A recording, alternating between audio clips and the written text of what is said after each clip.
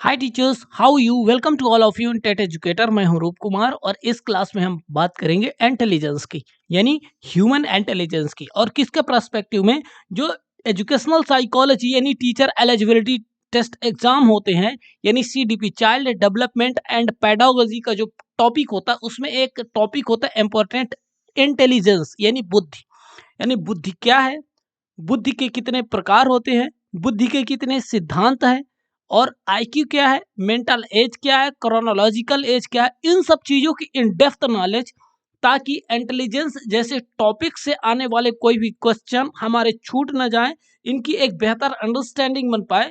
इसी के संदर्भ में बहुत सारे जो एस्पिरेंट होते हैं, जो टीचर एलिजिबिलिटी, जो कल टीचर बनना चाहते हैं, उनका ये क्वेश्चन होता है कि क्या ये क्लास हमारे लिए इम्पोर्टेंट है। तो भाई, बच्चे का इंटेलिजेंस को समझना, उसके सिद्धांतों को समझना, बहुत सारे टीचर एलिजिबिलिटी टेस्ट एग्जाम का बहुत ज़्यादा पॉपुलर टॉपिक है ये। तो इसको समझना, इसकी बेहतरीन अंडरस्टैंडिंग बनाना और कंफ्यूजन से दूर रहना इस क्लास का मेन उद्देश्य होगा। और सीटेट ही नहीं, बहुत सारे स्टेट के जो टीचर एलिजिबिलिटी टेस्ट कंडक्ट किए जाते हैं, उसका एक बहुत सारा कॉमन और पॉपुलर टॉपिक है जिसकी हम डिस्कस करेंगे। यदि हम बात करें कि इस क्लास में हम क्या डिस्कस करेंगे, तो इसमें देखें, हम पहले तो समझेंगे meaning and definitions of intelligence. उसके बाद देखेंगे टाइप ऑफ इंटेलिजेंस, यानी अर्थ और परिभाषा, बुद्धि की अर्थ, बुद्धि का अर्थ और बुद्धि की परिभाषा। उसके बाद हम देखेंगे टाइप ऑफ इंटेलिजेंस सेकंड में, यानी बुद्धि के क्या प्रकार होंगे। उसके बाद देखेंगे थ्योरीज, यानी सिद्धांत क्या है। फिर मेजरमेंट ऑफ इंटेलिजेंस, यानी बुद्धि की गणना, यानी बुद्धि को मापने की जो प्रोसेस चालू हुई ह्यूमन हिस्ट्री में, इसकी क्या बात रही, आईक्यू क्या है, मेंटल एज क्या है, क्रोनोलॉजिकल एज क्या है, बुद्धि लब्ध निकालते कैसे, इन सब कॉन्सेप्ट को इन डिटेल डिस्कस करेंगे। तो ये क्लास बिल्कुल इंपॉर्टेंट होने वाली है। और ये आपको यदि इंटरेस्टिंग लगती है, आपके कैरियर में आपको कॉन्सेप्ट को क्लियर करने में टेट के यदि हेल्पफुल होती है, तो प्लीज टेट एजुकेटर को सब्सक्राइब करें।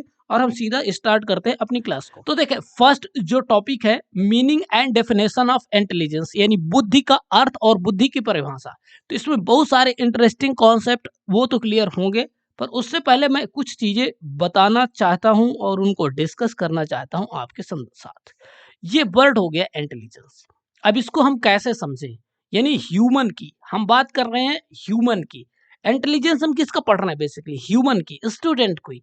हम टीचर बनने वाले हैं, तो बेसिकली स्टूडेंट्स की, जो हमारे क्लास में आएंगे, जो हमारे क्लासरूम का इम्पोर्टेंट हिस्सा बनेंगे, उनके कॉन्टेक्स्ट में हम बेसिकली इंटेलिजेंस, अब क्योंकि वो ह्यूमन बीइंग है, इसीलिए हम उनका इंटेलिजेंस समझते हैं। मान लीजिए हमारा एक स्टूडेंट है, आपका स्टूडेंट है ए, है ना।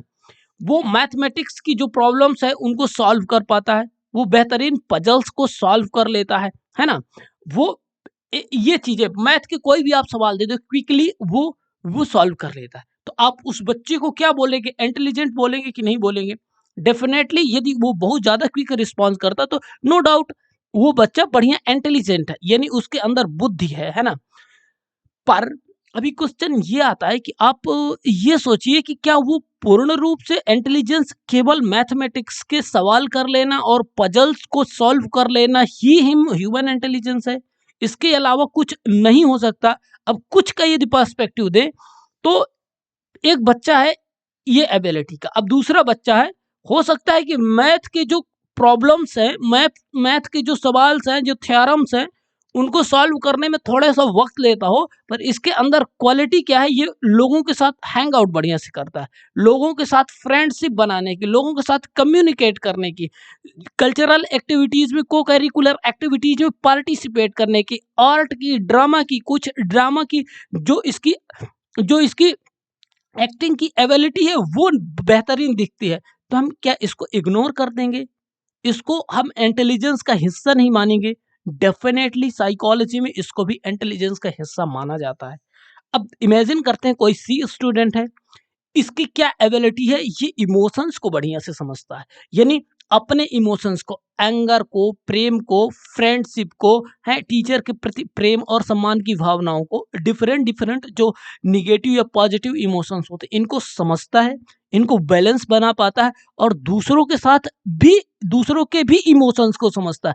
यानी जो जब वो दूसरा बच्चा, उसका कोई मान लीजिए फ्रेंड है, वो जब दुखी हो तो किस प्रकार की बातें करनी है, जब वो खुश हो तो किस प्रकार की बातें करनी है, हम समझने की किस किस सिचुएशन, स्टेट ऑफ इमोशन में कैसे रिएक्ट करना है, इसकी बेहतर अंडरस्टैंडिंग है इस बच्चे को, मान लीजिए। तो क्या ये इमोशनली इंटेलिजेंट नहीं माना जाएगा? बिल्कुल माना जाएगा। तो इंटेलिजेंस का एक फैक्टर होगा इमोशनल इंटेलिजेंस।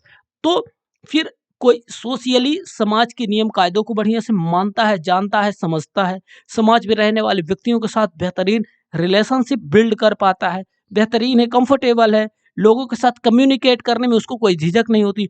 उसको क्या सोशियली इंटेलिजेंस नहीं मानेंगे? ये सब हवा हवाई बात नहीं है। ये एजुकेशनल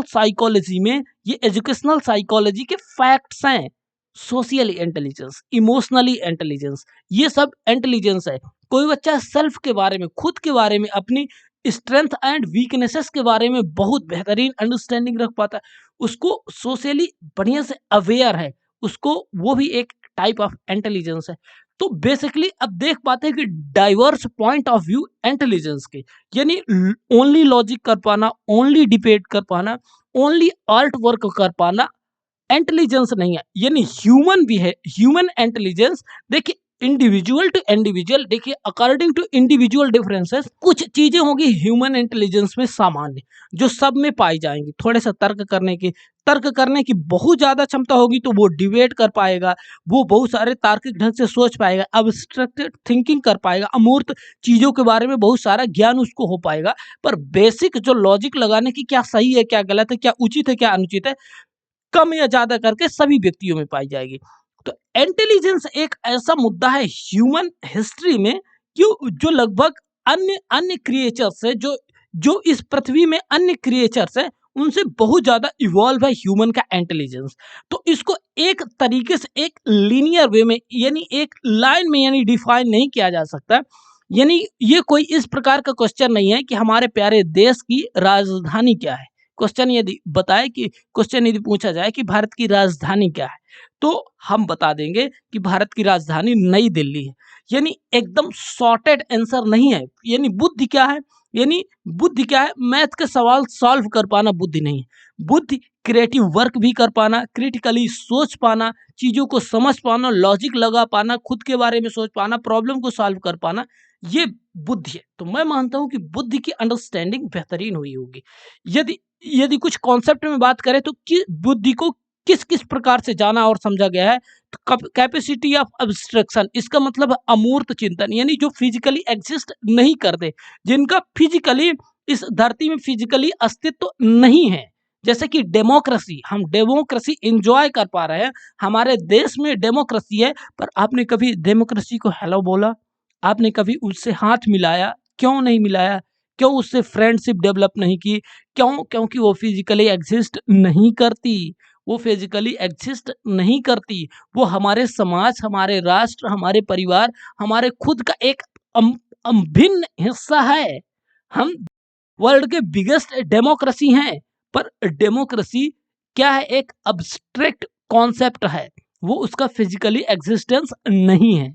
तो इसको, उनके बारे में सोच पाना, समझ पाना, उसको उसमें इन्वॉल्व हो पाना, एब्स्ट्रैक्ट थिंकिंग का तर्क लगाना, चीजों को सही या गलत में बांट पाना, चीजों में कंपेयर कर पाना, चीजों को अलग कर पाना, ये लॉजिक का हिस्सा है। और ये भी मेंटल एबिलिटी का साइन है। Understanding, social understanding, human understanding है, देश के बारे में कुछ समझ, कंटेम्परेरी इशूज की अंडरस्टैंडिंग, ये अंडरस्टैंडिंग भी इंटेलिजेंस का साइन है। उसके बाद सेल्फ अवेयरनेस, मैं कौन हूँ, मैं क्या हूँ, मेरी क्या स्ट्रेंथ है, क्या वीकनेसेस है, मैं किस समाज में हूँ, यानी खुद के बारे में, यानी मैं किस प्रकार से बिहेव करता हूँ, कैसे इमोशंस को मैनेज करता हूँ, इसके बारे में जानकारी। सेल्फ अवेयरनेस, सेल्फ यानी खुद के बारे में जो अवेयरनेस है, ये भी इंटेलिजेंस का हिस्सा है। प्रॉब्लम को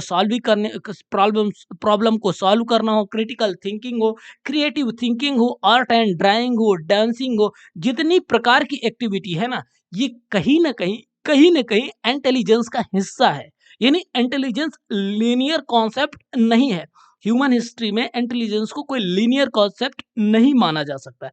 ये एक ब्रॉड, ये अम्ब्रेला टर्म है जिसको डिफरेंट डिफरेंट जो विद्वान हुए हैं, जो एजुकेशनल साइकोलॉजिस्ट हुए, जो सीडीपी के फादर रहे हैं ना, जिन्होंने इसमें अपनी जिंदगी खत्म कर दी है, उन्होंने इंटेलिजेंस को के अलग अलग पॉइंट ऑफ व्यू से इतनी बेहतरीन समझाया है कि जिसमें एक जो डेफिनेशंस है वेसलर महोदय की। तो मैं इंटेलिजेंस के कॉन्सेप्ट में कुछ बात किया, अब इसके बाद सीधा आते हैं डायरेक्टली डेफिनेशंस में। और डेफिनेशंस में बहुत सारी डेफिनेशंस यहाँ पे लिखी जा सकती थी, पर मुझे लगता है कि वेसलर महोदय ने एक बेहतरीन काम किया है डेफिनेशंस यानी इंटेलिजेंस को डिफाइन करने में। वो है क्या? वेसलर महोदय के हिसाब से intelligence is the aggregate or global capacity of the individual to act purposefully, यानी कोई भी कार्य उद्देश्य पूर्ण ढंग से कर पाए। बुद्धि व्यक्ति के अंदर एक ऐसी योग्यता है कि वो उद्देश्य पूर्ण ढंग से, यानी व्यक्ति जो करना चाहता है, व्यक्ति देखिए इसमें बहुत ज्यादा गहरे गहरे कॉन्सेप्ट को सोचने की जरूरत है। यदि व्यक्ति उद्देश्य पूर्ण, यानी व्यक्ति सुबह उठ के ब्रश करना चाहता तो उसको ब्रश करना भी तो एक छोटा सा उद्देश्य हो गया ना, भले ही रेगुलर कार्य हो, पर इंटेलिजेंस का हिस्सा है। यानी उद्देश्य उसने ये सोचा कि हमें ब्रश करनी है, ओरल हाइजीन रखनी है, तो वो ब्रश कर पा रहा है, उद्देश्य पूर्ण ढंग से कर पा रहा है। फिर क्या आगे क्या बोलते हैं? Think rationally. रेशनलिटी का मतलब क्या होता है? तार्किक ढंग से, पक्षपात रहित ढंग से, यानी चीजों को ऑब्जेक्टिफाई करके ऑब्जेक्टिव तरीके से सोच पाने और समझ पाने की एबिलिटी, और जिस effectively with his environment and to deal effectively with environment, और जिस इन्वायरमेंट, जिस समाज, जिस राष्ट्र, जिस गली, जिस मोहल्ले, जिस स्कूल में वो व्यक्ति यानी स्टूडेंट या कि कोई भी ह्यूमन बीइंग जहाँ पे रहता है, वो अपने इन्वायरमेंट के साथ बेहतरीन ढंग से डील कर पाता है, इसको बोलते हैं इंटेलिजेंस अकॉर्डिंग टू वेसलर। तो ये था बेसिक इंटेलिजेंस का कॉन्सेप्ट। अब यदि नेक्स्ट टॉपिक की बात करें तो टाइप्स ऑफ इंटेलिजेंस। अब देखिए इस टॉपिक को समझने से पहले मेरा एक रिक्वेस्ट है। अब ये क्या है कि ये कंसेप्चुअल टॉपिक है जिसको हमें पढ़ना है, जानना है, समझना है। क्योंकि हमारे एग्जाम का ये हिस्सा है, हमारे सिलेबस का हिस्सा है। टीचर एलिजिबिलिटी टेस्ट के एग्जाम इसी प्रकार से कंडक्ट किए जाते हैं। तो यहाँ पे हम अपना पर्सनल लॉजिक को थोड़ा सा साइड में रखेंगे और हम देखेंगे कि विद्वानों ने इंटेलिजेंस को किस प्रकार से जाना है, समझा है। तो यदि बुद्धि के प्रकार की बात करें तो एडवर्ड ली थॉर्नडाइक, जिनका एक बहुत सुंदर सा ये चित्र है, ये जान लीजिए एडवर्ड ली थॉर्नडाइक साहब है। इन्होंने इंटेलिजेंस में बेहतरीन काम किया है, बेहतरीन काम किया, ठीक है। तो एडवर्ड ली थॉर्नडाइक ने इंटेलिजेंस को किस प्रकार से देखा है, तो इन्होंने बेसिकली इंटेलिजेंस के तीन प्रकार बताए। पहला सोशल इंटेलिजेंस, फिर अब्स्ट्रैक्ट इंटेलिजेंस, फिर कॉन्क्रीट इंटेलिजेंस। जो स्टूडेंट इस वीडियो को देख रहे हैं और ये सोच रहे हैं कि आप अंग्रेजी में क्यों रखते हो, तो देखिए एक बात और भी क्लियर कर देता हूँ मेरे भाई, हिंदी में बहुत सारी बातें जाननी है, समझनी है। हमारी हिंदी मातृभाषा होगी, राष्ट्रभाषा होगी, जो भी होगी, पर जो साइकोलॉजी की टर्मिनोलॉजी है तो हिंदी में ज़्यादा ही कॉम्प्लेक्स हो जाती है। जब हिंदी के वो पढ़ोगे, जब हिंदी के जो क्वेश्चन आप पढ़ोगे, और यदि इंग्लिश के टर्म आप थोड़ी से कैच कर पा रहे हो, थोड़े सा ध्यान दे पा रहे हो, तो वो चीज़ें क्या है, आसान होगी। मैं वैसे भी तो दोनों माध्यमों में बेहतरीन ढंग से इसको बताने का प्रयास करूंगा। तो बहरहाल सोशली इंटेलिजेंस क्या है? सामाजिक बुद्धि। इसको सीधा समझ लीजिए, हिंदी में क्या है? सामाजिक बुद्धि। सामाजिक बुद्धि। अब अकॉर्डिंग टू थॉर्नडाइक सामाजिक बुद्धि क्या है, तो इन्होंने क्या बताते हैं? एबिलिटी ऑफ कम्युनिकेट, यानी दूसरों के साथ बात करने, जानने, समझने, विचारों के आदान प्रदान करने। एस्टेब्लिश रिलेशनशिप, व्यक्तियों के साथ संबंध बनाना, उनके साथ मित्रता का व्यवहार रख पाना, मित्र आसानी से बना पाना। लीडरशिप, बच्चे को आपने कोई स्पोर्ट में टीम लीडर बनाया, वो टीम को लीड करे, उसको मोटिवेट करे, अभी सभी सदस्यों के साथ आगे बढ़े और हमेशा एक स्पोर्ट स्पिरिट के साथ उस मैच को जीतने का प्रयास करे, उनको मोटिवेट रखे, एनर्जेटिक रखे। ये सब योग्यताएं होती है लीडरशिप की। तो यानी व्यक्ति के अंदर यदि लीडरशिप की एबिलिटी है, कम्युनिकेशन की एबिलिटी है। सोशली एडजस्टमेंट, सोशली एडजस्टमेंट क्या होगा ये मैं बता देता हूँ। जैसे कि इंडियन समाज, भारतीय समाज में बहुत सारे रिलीजन है, हम हो सकता है कि कोई डिफरेंट रिलीजन को प्रैक्टिस करते हो, हम अपने रिलीजन का सम्मान करते हैं, हम अपने रिलीजन की आस्था रखते हैं।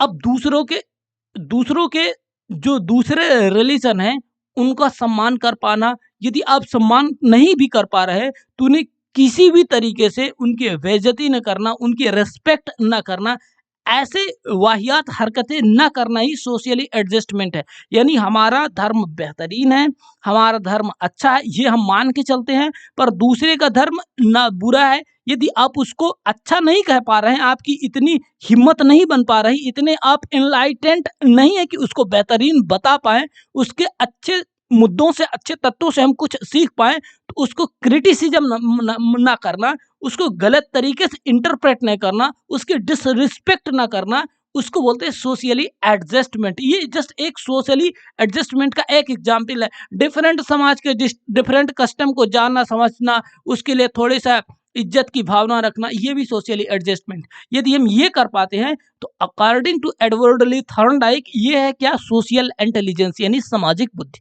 इसके बाद आते हैं, इसके बाद सेकंड अब्स्ट्रैक्ट इंटेलिजेंस। इसको हिंदी कर लेते हैं थोड़े सा, है ना, इसको हिंदी कर लेते हैं। अब्स्ट्रैक्ट इंटेलिजेंस इसका मतलब होता है अमूर्त बुद्धि। इन्होंने बुद्धि को तीन तरीकों से देखा। अमूर्त बुद्धि, अमूर्त बुद्धि का मतलब क्या, अमूर्त बुद्धि मतलब क्या, तो देखते हैं। इस जगत में दो प्रकार की चीजें हो सकती है। ये जो वर्ल्ड है ना, इसमें दो प्रकार की चीजें हो सकती है। कुछ चीजें होंगी मूर्त और कुछ, जैसे पेड़, पेड़ दिखता है, बरगद का पेड़ हो गया, आम का पेड़ हो गया, पीपल का पेड़ हो गया, है ना, पेड़ दिख रहा है। पर एक चीज है हमारे देश में, डेमोक्रेसी, इसका पेड़ बताओ, है ना। एक व्यक्ति हो गया, मान लीजिए हमारे भाई है, बहन है, हमारे टीचर्स हैं, ये मूर्त रूप में दिख रहे हैं ना, है ना। पर डेमोक्रेसी से अपने फ्रेंडशिप किया है, उसको हेलो बोला है, हाय बोला है, उससे कभी आपने हाथ मिलाया है, क्यों, क्योंकि मूर्त रूप में है ही नहीं। तो अमूर्त चीजों के बारे में सोचना, डेमोक्रेसी हमारे समाज का अभिन्न अंग है, पर हम उससे कभी मिल नहीं सकते क्योंकि उसका मूर्त रूप से अस्तित्व नहीं है। उसको हम छू नहीं सकते, उसको हम टच नहीं कर सकते, उसको हम स्मेल नहीं कर सकते। यानी जो हमारी इंद्रियां हैं उससे हम उसको महसूस फील नहीं कर सकते, फिर भी वो हमारे समाज का हिस्सा है। उनके बारे में सोचना समझना, ये डेमोक्रेसी के केवल एक एग्जाम्पल है। लाइफ को ले लीजिए, लाइफ क्या है, लाइफ का पर्पज क्या है, हम यहाँ पे धरती में क्यों आए हैं, हमारा मुख्य उद्देश्य क्या होना चाहिए, ऐसी चीजों के बारे में जानना, सोचना, समझना, इसके बारे में चिंतन करना ही क्या है, अब्स्ट्रैक्ट इंटेलिजेंस। यदि ऐसे कोई बच्चा है तो वो हो सकता है फिलोसोफर बन जाए, आगे चल के हो सकता है बेहतरीन एक्सेलेंट राइटर बन जाए, उसमें बेहतरीन पोटेंशियल है, बहुत अच्छी अच्छी कविताएं लिखना चालू हो जाए, है ना, बहुत अच्छी अच्छी शायरी शेर लिखना चालू हो जाए। इसको बोलते हैं अब्स्ट्रैक्ट इंटेलिजेंस। जो फिजिकली है नहीं फिर भी उसके बारे में हम सोचे समझे जाने, उसको बोलते हैं अब्स्ट्रैक्ट इंटेलिजेंस यानी अमूर्त बुद्धि, अकॉर्डिंग टू थॉर्नडाइक, है ना। फिर आगे बात करते हैं कॉन्क्रीट इंटेलिजेंस। देखिए इसका सीधा सा उल्टा होगा। अब्स्ट्रैक्ट मतलब अमूर्त, तो कॉन्क्रीट का मतलब होता है मूर्त बुद्धि।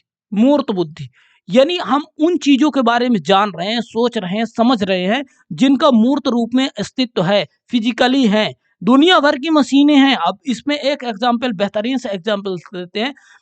दुनिया भर की इंजीनियरिंग्स, दुनिया भर की मशीनें, उनके बारे में सोचना समझना, उनसे रिलेटेड सॉल्व कर पाना। अभी एडवर्ड ली थॉर्नडाइक को हम एज अ टीचर के एग्जाम के लिए प्रिपेयर कर रहे हैं, ये क्यों पढ़ाया जा रहा है। कॉन्क्रीट इंटेलिजेंस यानी कुछ ऐसा बच्चा है उसका मैकेनिक्स में बड़ा इंटरेस्ट है, वो मैकेनिकल चीजें यानी जो फिजिकली चीजें है ना, कोई मान लीजिए कि आर्किटेक्चर है, वो फिजिकली इमेजिन कर पा रहा है कि इस बिल्डिंग को यहाँ पे ऐसा होना चाहिए। फिजिकली चीजें उनको कुछ अच्छा क्रिएटिव शेप दे रहा है, या कि उनकी गलतियां खोज पा रहा है, यानी फिजिकल चीजों के बारे में सोच पाना। कोई मशीन है, कोई मशीनरी है, वो बिगड़ गई, अब उसको सॉल्व करने के किसी व्यक्ति के पास आइडिया हो सकते हैं, किसी बच्चा मैकेनिक्स में इंटरेस्टेड होता है। यानी मूर्त चीजों के बारे में जानना, सोचना, समझना, उनकी प्रॉब्लम को सॉल्व करना, नई नई चीजें इन्वेंट करना, इसको बोलते हैं according to Thorndike concrete intelligence, जिसका हिंदी होता है मूर्त मूर्त मूर्त बुद्धि। यानी जो फिजिकली एग्जिस्ट है इस वर्ल्ड में, उसके बारे में जानना, सोचना, समझना मूर्त बुद्धि है। तो ये थी एडवर्ड ली थॉर्नडाइक की तीन प्रकार की बुद्धि: social intelligence, abstract intelligence, concrete intelligence. सामाजिक बुद्धि, फिर अमूर्त बुद्धि, फिर मूर्त बुद्धि। जड़ बुद्धि नहीं है, ध्यान रखना। अब थ्योरीज ऑफ इंटेलिजेंस जो नेक्स्ट टॉपिक होगा ना, थ्योरीज ऑफ इंटेलिजेंस। देखिए हम यहाँ पे कंफ्यूजन दूर करते हैं। पहले कंफ्यूजन किस प्रकार के दूर करते हैं, हम पहले ये समझ लेते हैं कि थेरीज मतलब क्या, सिद्धांत का मतलब क्या। देखिए विद्वानों ने जो इंटेलिजेंस, साइकोलॉजी का एक जो शाखा है इंटेलिजेंस, बेसिकली ह्यूमन इंटेलिजेंस, जिन विद्वानों ने इंटेलिजेंस को जाना है, समझा है, उसमें काम किया है, बहुत सारे एक्सपेरिमेंट किए हैं, लोगों के साथ सर्वे किया है, उनको लैब में लेके आया है, उनके साथ लॉन्ग डिस्कशन किया है, उसके बाद कुछ कंक्लूजन में पहुंचे हैं, उनके हिसाब से ह्यूमन इंटेलिजेंस क्या है, तो वो होगा थ्योरी, यानी अल्फ्रेड विने साहब हो, चाहे चार्ल्स स्पेयरमैन साहब हो, या कि दूसरे एजुकेशनल साइकोलॉजिस्ट हो या साइकोलॉजिस्ट हो, उन्होंने ह्यूमन ह्यूमन इंटेलिजेंस को किस प्रकार से डिफाइन किया, ये होगा ह्यूमन इंटेलिजेंस की सिद्धांत, यानी थेरीज ऑफ इंटेलिजेंस। इसमें जो फर्स्ट फैक्टर है, ये इसको इन्होंने अल्फ्रेड विने साहब है, ये हैं फ्रांस के, और अल्फ्रेड विने साहब, इनको देखें थोड़े सा गुलशन गोबर जैसे मिलते जुलते हैं, है ना, पर हैं अपने अल्फ्रेड विने साहब, है ना। अब इन्होंने क्या बताया है, देखिए ये अर्ली स्टेज के थ्योरी है, तो उन्होंने इस प्रकार से जाना, सोचा, समझा ह्यूमन इंटेलिजेंस को, तो इन्होंने अपना जो फैक्टर, जो इन्होंने सिद्धांत दिया, यूनिफैक्टर थ्योरी, यानी कोई व्यक्ति गए, या कि कई व्यक्ति गए और विनय साहब से पूछते हैं कि विनय साहब ये बताइए कि यार ये इंटेलिजेंस क्या है, मतलब ह्यूमन इंटेलिजेंस यानी बुद्धि क्या है यार। तो विनय साहब क्या बोलते हैं कि देखें, इंटेलिजेंस क्या है, मतलब एक फैक्टर है, मतलब एक तत्व है दिमाग में, और उस तत्व को आप कॉमन सेंस समझ लो। अब विनय साहब बोलते हैं कि इसको आप समझ लीजिए कॉमन सेंस, जिस व्यक्ति के अंदर जितना होगा, इन्होंने उसको क्या कॉमन सेंस के रूप में डिफाइन किया, है ना। तो आप भाई समझ लीजिए कि ये कॉमन सेंस है, हैं। जिस व्यक्ति के अंदर जितना ज्यादा कॉमन सेंस होगा ना, वो उतनी ही मेंटल ऑपरेशंस कर पाएगा। मेंटल ऑपरेशंस क्या होते हैं भैया, तो बिने साहब देखे मेंटल ऑपरेशन क्या होंगे। मेंटल ऑपरेशन भाई सोचना, समझना, मूर्त अमूर्त रूप से चिंतन कर पाना, जो चीजें विद्यमान है उनके बारे में सोच पाना, लॉजिक लगा पाना, फिजिकल या अब्स्ट्रैक्ट प्रॉब्लम्स को सॉल्व कर पाना, यही तो मेंटल ऑपरेशंस है। तो इनके बारे में जान पाना, सोच पाना, समझ पाना, ये डिपेंड करता है कि आपके अंदर कॉमन सेंस क्या है। एक तत्व उसको इन्होंने डिफाइन किया एज ए कॉमन सेंस, इसीलिए इनकी सिद्धांत को बोलते हैं कि कॉमन सेंस। अब ये कितना सही है, कितना गलत है, ये आज के हिसाब से हम सोचेंगे तो बोलेंगे क्या वाहियात बातें की है इंटेलिजेंस। केवल एक कॉमन सेंस होता है ह्यूमन के अंदर, है इतने प्रकार के इंटेलिजेंस बता रहे हैं, जान रहे हैं, समझ रहे हैं। तो क्या है कि इन्होंने अर्ली स्टेज में इंटेलिजेंस में काम किया है, तो इन्होंने एक एक बेस तो बनाया कि इंटेलिजेंस को जानने, सोचने, समझने में। तो ये था यूनिफैक्टर थ्योरी ऑफ अल्फ्रेड विने। अब जनता क्या है ना कि जनता को संतुष्टि नहीं मिली, तो फ्रांस से चले गए इंग्लैंड, और इंग्लैंड में ये एक साहब हुए, इनकी अब दाढ़ी बड़ी इंटरेस्टिंग है, अब क्या बोले मैं, क्या ही बोल दूं। ये है चार्ल्स स्पीयरमैन साहब। अब चार्ल्स स्पेयरमैन साहब का दिमाग कैसे काम करता है, तो क्या मुझे लगता है कि इनका कोई अल्फ्रेड विने से, इनसे कोई झगड़ा हुआ होगा, मुझे तो देखो कुछ ऐसा ही लगता है। अब इन्होंने क्या बोला, जब इन्होंने ये बकवास करी कि यूनिफैक्टर है, तो ये बोलते हैं ना, एक फैक्टर कैसे हो सकता है, दो फैक्टर रखो। होते हैं ना सोसाइटी में अपने बहुत सारे अंकल, जिसको कहीं ना कहीं फूफा टाइप आदमी है ये चार्ल्स स्पेयरमैन साहब, समझ लीजिए ऐसा ही ना। इसमें एक फैक्टर क्यों रखते हो, दो फैक्टर रखो, दो फैक्टर बढ़िया रहेगा, एक फैक्टर अच्छा नहीं है। तो इन्होंने टू फैक्टर थ्योरी दी, और टू फैक्टर अब इनके मैं दिमाग में ही लिखता हूँ, ये फूफा टाइप नाराज थे और ऐसे ऐसी थ्योरी दी जो हमें पढ़ना समझना पड़ रहा है। तो इनको बोलते हैं एक जी और एक एस। एक जी फॉर जर्नल फैक्टर, और एस फॉर स्पेशल फैक्टर। ये जर्नल फैक्टर और स्पेशल फैक्टर हैं क्या, इसको देखते हैं। तो अल्फ्रेड बिनी अंकल पता है क्या कर रहे थे, इन्होंने बहुत सारे आदमी लिए, जो भी इन्होंने इंटेलिजेंस को जानने समझने में जो भी सर्वे कर रहे थे, जो भी लैब में लेके आ रहे थे, तो इसमें जो स्टोरी सामने निकल के आती है, तो आती क्या है, इन्होंने कई प्रकार के, मान लीजिए एक ही उम्र के कुछ बच्चे लिए, कि कुछ व्यक्ति लिए, मान लीजिए 20 वर्ष के कुछ बच्चे लिए, है ना। अब उनको बच्चे तो नहीं बोल सकते ना, 20 वर्ष के इंडिविजुअल्स लिए, हो सकता है कि बहुत सारे मतलब लिंग भी शामिल किया हो, महिला हो, पुरुष हो, थर्ड जेंडर हो, जितना भी इन्होंने कुछ व्यक्ति उठाए, और उन्होंने किया क्या, एक मेंटल ऑपरेशंस दिया। मेंटल ऑपरेशन यानी मानसिक क्रिया, मान लीजिए कि कोई पजल सॉल्व करने के लिए दी।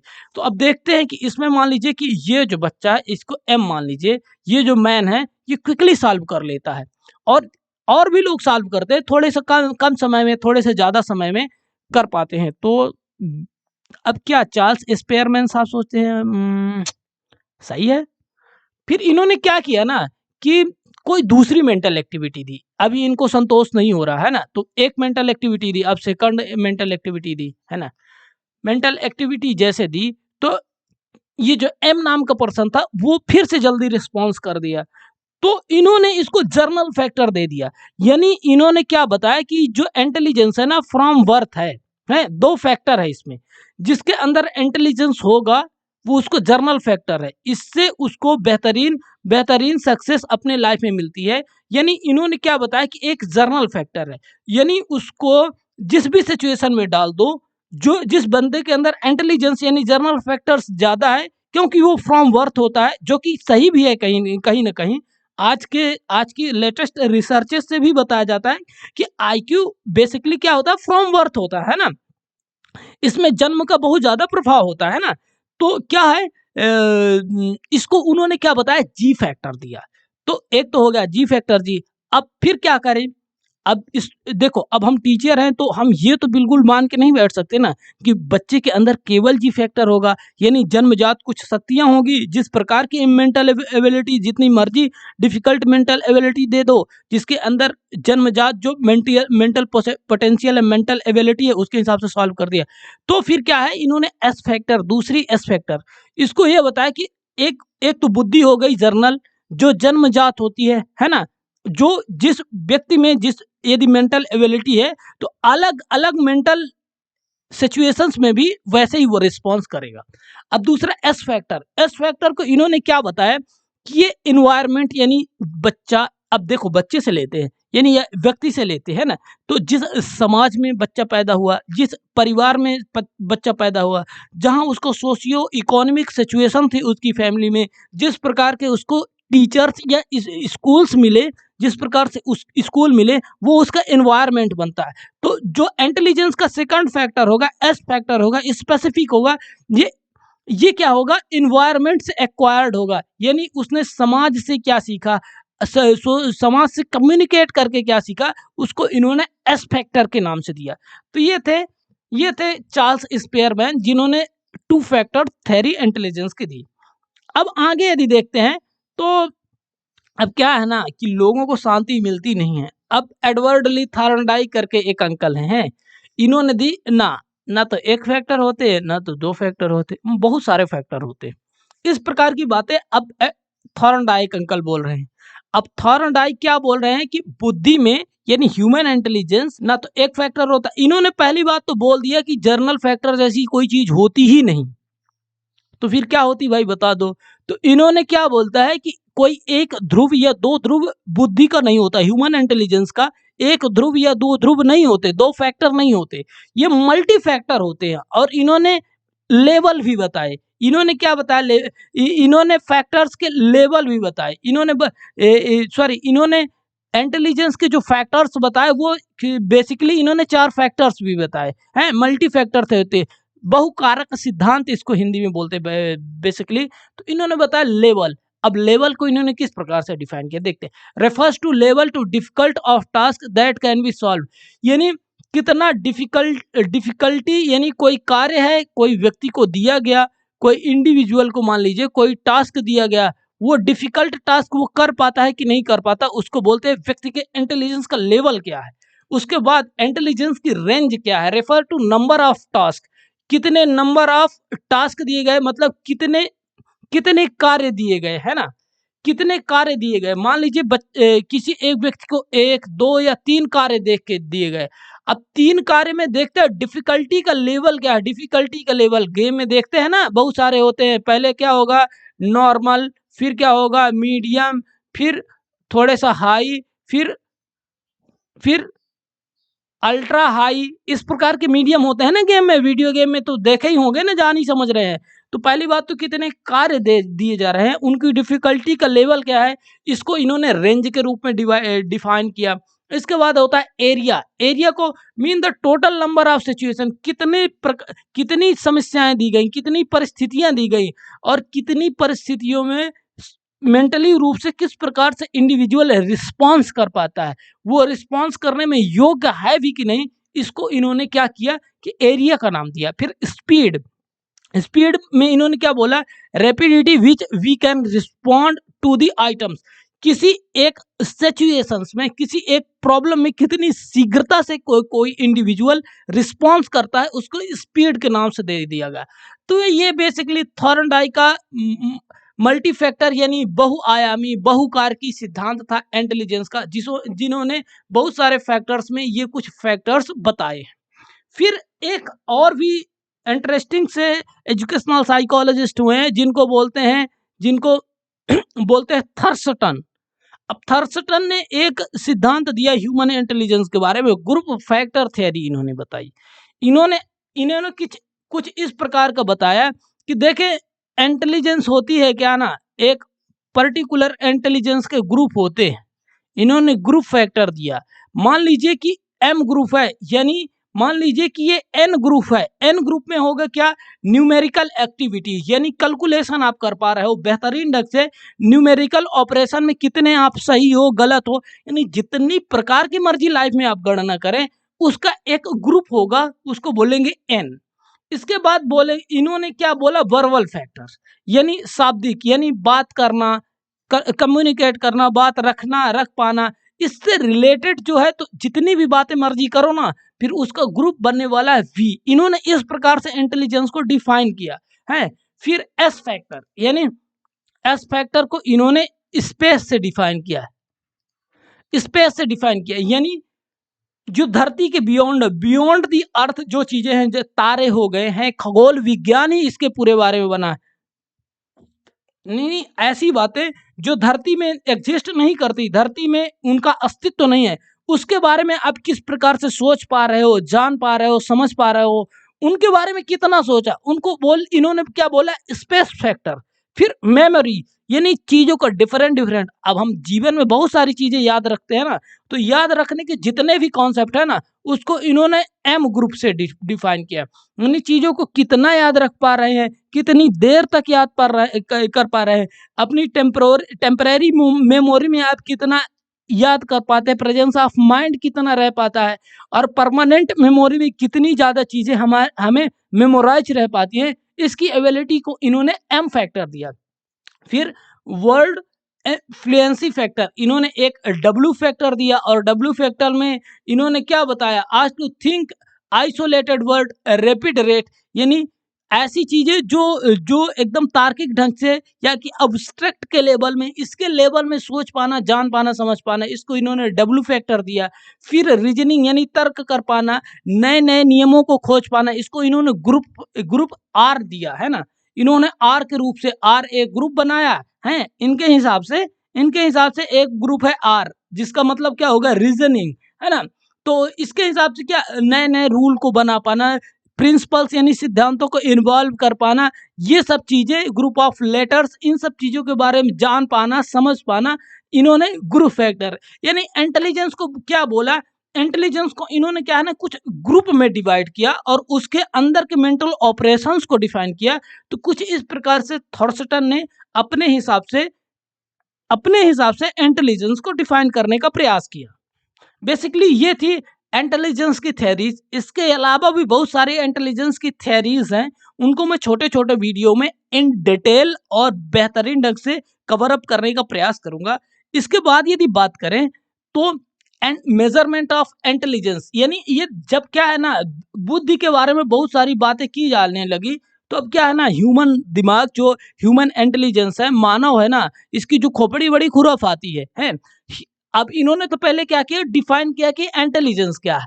अब कहते हैं कि किस व्यक्ति में कितना इंटेलिजेंस है, जैसे व्यक्ति की हाइट ज्यादा कम हो सकती है ना, व्यक्ति का स्किन टोन अलग अलग हो सकता है ना, तो उसके तो पहले नाम दे दिए गए है ना। अब इसी प्रकार देखते हैं कौन सा व्यक्ति ज्यादा बुद्धिमान है और कौन सा व्यक्ति कम बुद्धिमान है, इसको जानने समझने का प्रयास किया। तो इन्होंने बड़ी मेहनत की यार एजुकेशनल साइकोलॉजी में। तो इन्होंने क्या है, मेजरमेंट, यानी ह्यूमन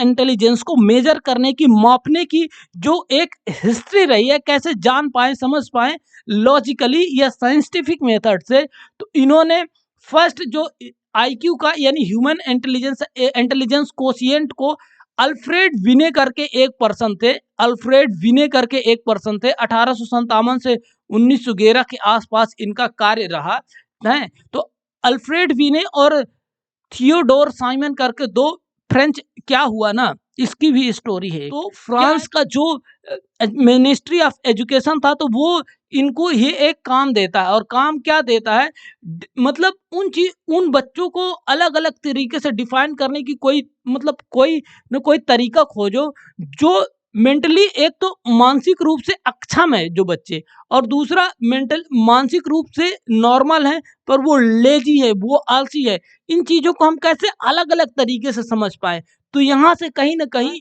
जो ह्यूमन इंटेलिजेंस को मापने का जो प्रोसेस है वो चल पाया। तो यदि कभी क्वेश्चन में आए कि मेजरमेंट यानी बुद्धि को मापने का सबसे पहला प्रयास किसने किया, तो अल्फ्रेड विने या थियोडोर साइमन, दो लोगों ने मिलकर प्रयास किया। ये दोनों थे कहाँ के, तो ये फ्रांस के थे, क्योंकि मिनिस्ट्री ऑफ एजुकेशन वहाँ पे खर्च करती है, वहाँ पे बहुत, देखो अब कितने पहले, कितने 1857 1911 में ये सब चीजें चली आ रही हैं, तब तक तो हम स्वतंत्र ही नहीं हुए है ना। तो इन लोगों का मतलब बुद्धि को मापने में पहला वैज्ञानिक रूप से कार्य माना जा सकता है। अब देखें हम ह्यूमन इंटेलिजेंस को यानी बुद्धि को मापने का की बात करते हैं, तो एक कॉन्सेप्ट आता है आईक्यू। आईक्यू का फुल फॉर्म होता है इंटेलिजेंस कोशिएंट, जिसका हिंदी होता है बुद्धि लब्धि, है ना। तो एक आता है आईक्यू, और आईक्यू किसी भी इंडिविजुअल का कैसे निकाला जा सकता है, इसको बोलते हैं मेंटल एज। इसका फॉर्मूला क्या है, मेंटल एज बटा divide by chronological age into into 100, ठीक, इंटू 100, ये तो हो गया इसका फॉर्मूला। अब इसको समझते हैं कि मेंटल एज क्या है, फिर क्रोनोलॉजिकल एज क्या है, ताकि हमें आईक्यू प्राप्त हो, यानी हम व्यक्तियों के इंडिविजुअल टू इंडिविजुअल प्राप्त कर पाए, जान पाए कि कितना आईक्यू है, कितना किस व्यक्ति में ज्यादा आईक्यू है, कितना कम आईक्यू है। तो मेंटल एज को यदि देखें तो क्या है, मेंटल एज को बोलते हैं जी मानसिक आयु, है ना। तो mental age concept related to intelligence, it looks at how specific individual and specific age. तो मेंटल एज का कॉन्सेप्ट, तो पहली बात तो मैंने बताया कि अल्फ्रेड विने ने दी। अब मेंटल एज को कैसे दी, कि देखिए इन्होंने अपनी लैब में जो एक्सपेरिमेंट कर रहे थे, जो सर्वे कर रहे थे, तो एक ही एज के बहुत सारे व्यक्तियों को एक साथ लेके आए। अब उसमें क्या है कि मेंटल एक्टिविटी उनको दे, मेंटल एक्टिविटी दिया, है ना, मेंटल एक्टिविटी, मानसिक क्रियाएं, कुछ पजल्स दिया, कुछ ऐसे सवाल पूछे, है ना। तो जो मेंटल एक्टिविटी जो कि अधिकांश साइकोलॉजिस्ट करते हैं, तो इस प्रकार से इन्होंने कार्य करना प्रारंभ किया। तो उन्होंने क्या पाया कि एक ही उम्र के बहुत सारे व्यक्ति, वो जेंडर में डिफरेंट हो सकते हैं, बहुत सारे व्यक्ति क्या है कि एक ही प्रकार के पजल्स में अलग अलग टाइम से रिस्पॉन्स कर रहे हैं। तो कोई कर रहा है, कोई कर भी नहीं पा रहा, तो इनके दिमाग में आया कि दो प्रकार की मेंटल भी तो एज कोई हो सकती है, यानी यदि मान लीजिए क्रोनोलॉजिकल एज यानी वास्तविक आयु कि किसी व्यक्ति की 20 वर्ष हो सकती है, किसी वर्ष की 25, यानी बाय बर्थ यानी according to date of birth जितनी भी एज हो, मान लीजिए यहाँ पे 20 ईयर्स लिख लेते हैं, है ना, 20 ईयर्स लिख लेते हैं, तो वो होगी एक तो क्रोनोलॉजिकल एज। और बिने ने ये दिमाग लगाया, अल्फ्रेड बिने साहब ने ये सोचा कि एक मेंटल एज भी होगी, ठीक है, कोई बच्चा एक उम्र का है, पर एक सामान्य एवरेज निकाला जाए, तो यदि ज्यादा उम्र के व्यक्तियों की मेंटल एबिलिटी कम उम्र के बच्चों में है, तो उनका मेंटल एज ज्यादा तो मानी जा सकती है। तो इस प्रकार से मेंटल एज का कॉन्सेप्ट निकल गया, है ना। अब आपके दिमाग में आ रहा होगा कि मेंटल एज तो आपने बता दिया जी, है ना, आपने क्रोनोलॉजिकल एज बता दिया, मेरे डेट ऑफ बर्थ के हिसाब से मान लीजिए मैं 20 ईयर का हो गया, तो मेरे क्रोनोलॉजिकल एज हो गई। अब मेंटल एज आपने बता दिया कि एक ही उम्र के बहुत सारे व्यक्ति अलग अलग अलग से एक सिचुएशन में अलग अलग तरीके से अलग अलग टाइम से रिस्पॉन्स करते हैं, कुछ रिस्पॉन्स कर भी पाते हैं, कुछ रिस्पॉन्स नहीं कर पाते। इससे समझा जाता है कि इनकी मेंटल एज का एक कॉन्सेप्ट आ गया, अल्फ्रेड विने साहब ने दे दिया, है ना। और ये मेंटल एज अलग अलग हो सकती है, गुड, वेरी गुड। अब मेंटल एज को कैसे फाइंड आउट करते हैं, यदि एक ये भी तो क्वेश्चन हो सकता है कि आईक्यू का ये जो सिलेबस है, तो मेंटल एज को फाइंड आउट कैसे करेंगे जी। ये भी तो एक बात है। तो देखिए मेंटल एज को फाइंड आउट करने का बेहतरीन एग्जाम्पल मैं देता हूँ और सिंपल सिंपल सी है। देखिए जो बच्चे क्या है ना, जो व्यक्ति बीएड कर चुके हैं या बीएड करने वाले हैं, उन्होंने ये चीजें देखी होंगी या ना भी देखी हो, तो मैं एक चीज बताता हूँ। एक होता है क्या, मैंने देखा है खुद, मैंने 2-3 साइकोलॉजिकल टेस्ट देखे हैं। तो साइकोलॉजिकल टेस्ट होता है यानी आपके पास क्वेश्चन आयर होता है। फॉर एग्जाम्पल यहाँ पे मान लीजिए कि 100 क्वेश्चन हो गए हैं। अब उसमें क्वेश्चन भी ऐसे होते हैं कि उसमें कुछ सही गलत जैसे कुछ होता नहीं है, बस उसका क्या है, ओपिनियन देना होता है। तो साइकोलॉजिस्ट ने उस प्रकार के साइकोलॉजिकल टेस्ट बोलते हैं। तो उसमें क्या है, ABCDE कई बारी ज्यादा ऑप्शन होते हैं। तो उसमें क्या है, आपको ओपिनियन देना होगा। आप यदि एक काम करें ऑनलाइन में, check check our mental age check our mental age measure our mental age देखेंगे तो बहुत सारे ऑनलाइन आपको साइकोलॉजिकल टेस्ट मिल जाएंगे, है ना। तो उसमें क्या होगा कि साइकोलॉजिकल जो फिजिकली जो होते हैं, मैं उनकी बात कर रहा हूँ, है ना। तो उसमें मान लीजिए 100 क्वेश्चन हो गए हैं। 100 क्वेश्चन में अब मान लीजिए उसका एक क्वेश्चन का एक नंबर होगा। अब मान लीजिए कि कोई बच्चा क्या है, कोई कोई व्यक्ति मान लीजिए पा रहा 50 मार्क्स, कोई पा रहा 35 मार्क। डिफरेंट तो होगा ना, इंडिविजुअल डिफरेंट तो होगा ना। तो इस प्रकार के बच्चों में यदि सेम टॉपिक का साइकोलॉजिकल टेस्ट दिया तो इस प्रकार के डिफरेंट डिफरेंट नंबर आएंगे। फिर उसमें ऐसे रहता है 20 से 25 के बीच है, 25 से 30 के बीच है, 40 से 45 के बीच या 60 के बीच है। इस प्रकार से कुछ आते हैं। उसमें वो रहते हैं, एक इस प्रकार से ग्रेड दिए होते हैं। यानी 20 से 25 होगा तो मान लीजिए 90 हो गई मेंटल एज है, 30 से 35 हो गया तो 95। मतलब टेस्ट टू टेस्ट डिफर करता है, ये आप ध्यान में रखना। तो एक बना होगा नीचे, पहले तो उसकी आंसर की दी होगी, उसके बाद ये एक सारणी बनी होती है जिसका मतलब प्राप्तांक इतना है उसकी मेंटल एज ये होगी, जिसका प्राप्तांक इतना है उसका मेंटल एज ये होगी, जिसका प्राप्तांक इतना है उसका मेंटल एज ये होगी। तो टेस्ट टू टेस्ट ये डिफर करता है कि कैसे मेंटल एज, उसके रूल्स एकदम बड़े आसानी से बड़े सिंपल तरीके से लिखे होते हैं और पता चल जाता है कि मेंटल एज किस प्रकार से होती है। अब देखिए, अब मेंटल आईक्यू का स्कोर, आईक्यू का फुल फॉर्म होता है इंटेलिजेंस कोशिएंट, और इसमें स्कोर बताया जाता है जिसका आईक्यू स्कोर 70 टू 79 है तो बॉर्डर लाइन इम्पेयर्ड माना जाएगा। 80 से 89 लो एवरेज माना जाएगा। 90 से 109 एवरेज। देखिए ये कई बार पूछा जाता, आप इसमें यानी सामान्य बुद्धि का स्कोर कितना होता है, 90 से 109 या कभी कभी 90 से 110 बोलते हैं। ये इसको क्या बोलेंगे, एवरेज।